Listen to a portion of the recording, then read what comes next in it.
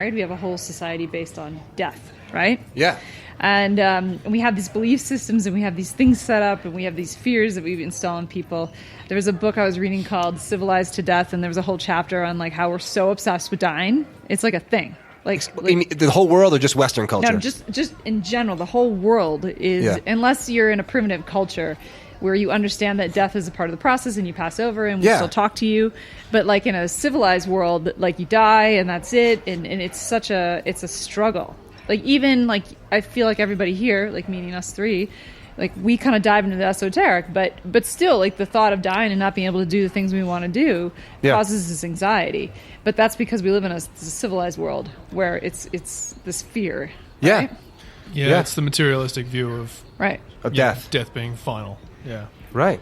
But if you slow your vibration down on the other side, you could just materialize into matter anyway. So it is funny. Like I just was pondering her final words there. Like this is some profound shit that is happening, and it's just like, and no one's talking about it. She's got a simple text about it, and like these people who were involved in it, just like, oh yeah, this happened. It was pretty cool. Like, right. And if this was like a common thing that just came out all of a sudden, like, oh, we just found proof of this being. But my other question was like, so obviously these spirits from the other side or whatever claim that they were people who have lived before and they're the disembodied ghosts. Can we believe them?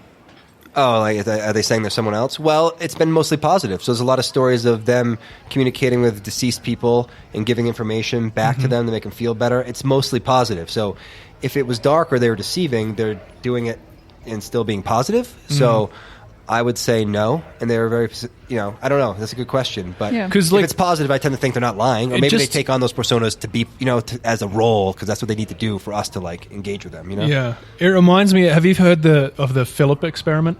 No. So the Philip experiment was a Canadian parapsychology. What's with all the Canadians? Sorry. These Canucks. They're into this stuff, man. Anyways, a parapsychology group in '72. And they conducted this thing called the Philip experiment, where they created a character called Philip, and it was completely imaginative. They came up with his backstory, his life. They completely concocted this character, right? Huh. And then they got a group of mediums and psychics together to do a seance to contact this fictional character that they created called Philip. Yeah. These psychics and whoever didn't know that this person wasn't actually real, that he was a created character.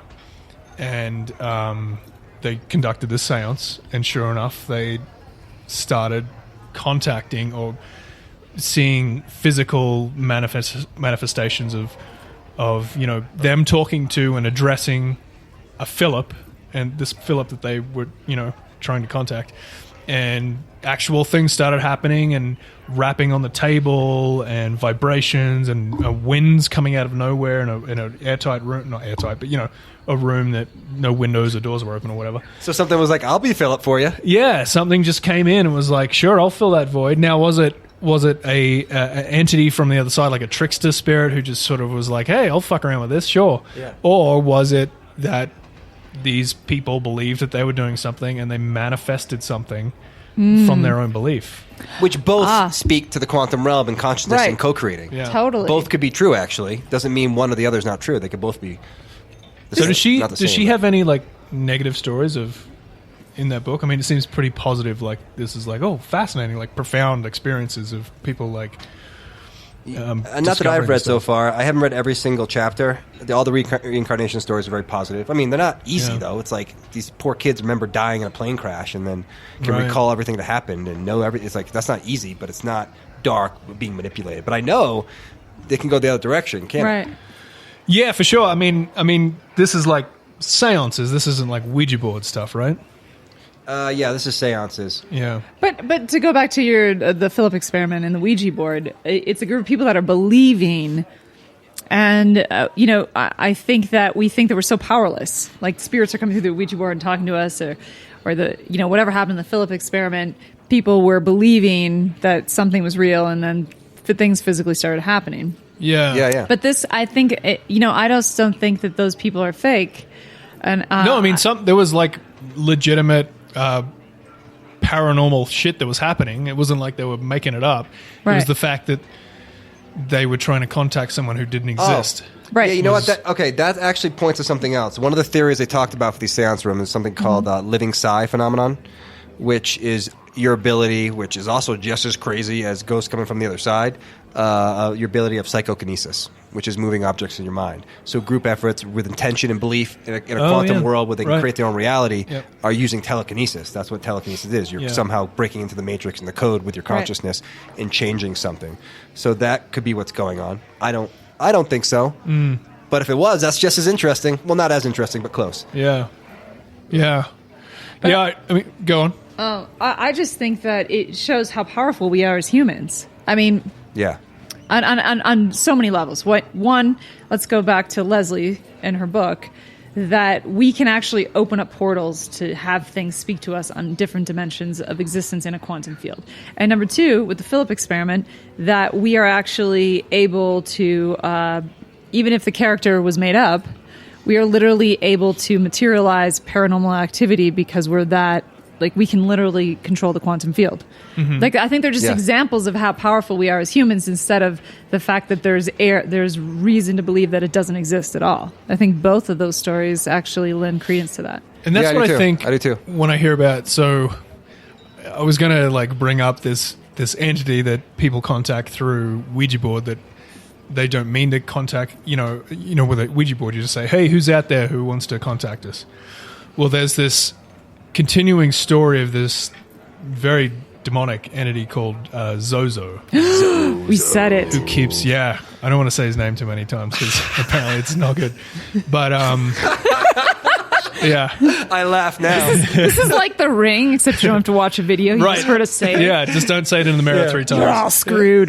Yeah. Anyway, so he sort of comes through a lot of these Ouija board sessions, and people who have never heard of it before, but this thing kind of manifests. It starts off by saying it's someone else, and it's like a friendly encounter, and it's like, oh, I'm the spirit of the little boy, you know, whoever, and it's just like very friendly. But then it slowly starts turning, and then it becomes more and more aggressive. Oh, and there's people who report. There's this guy, one guy, Evans. I can't remember his name. Anyway, but this one guy who kind of like, brought this whole idea into the foray.